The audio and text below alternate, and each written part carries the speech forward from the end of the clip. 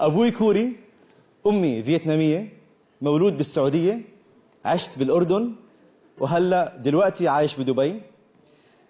طول حياتي وانا صغير هلا كان عندي هدف واحد، بس انه يكون لي معامله مواطن عربي، انه مع انه شكلي غير بس انا كنت حاب اكون زي اي عربي ثاني، بس بوجه زي هيك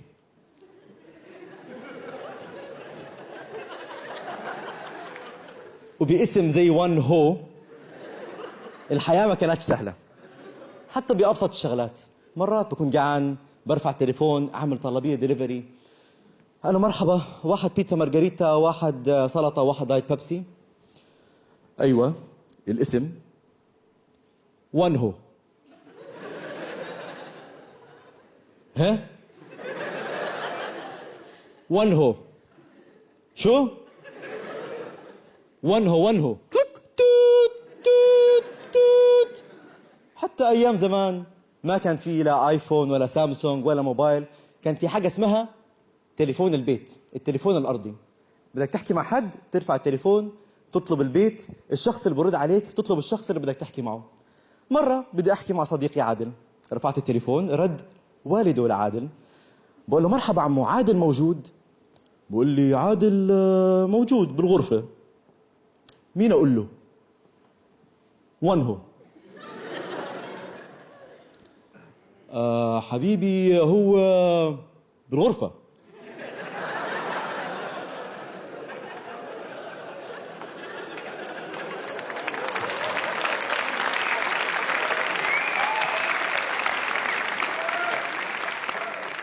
مين اقول له؟ وان هو وان هو. قال لي حبيبي قلت لك بالغرفه. قلت له سوري عمو انت عم تفهمني غلط، انا كوري مش عربي، اسمي وان هو، مش عم بقول وين هو فينه. قال لي اما انتوا اساميكوا تحفه. يا عادل رد على هذا صاحبك نتنياهو.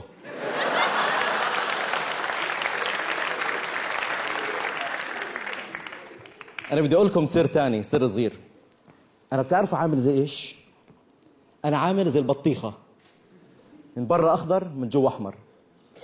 فانا من برا كوري بس من جوا عربي. وحاب اقول لكم انا فخور 100% ان اكون عربي زيكم.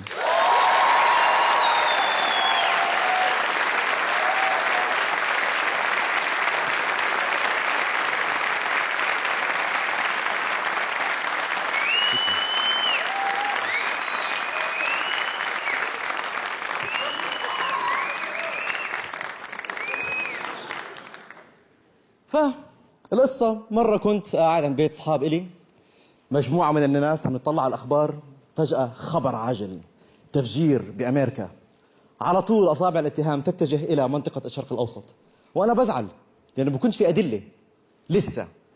فأنا بقوم بين كل أصحابي بقول لهم يا جماعة نحن العرب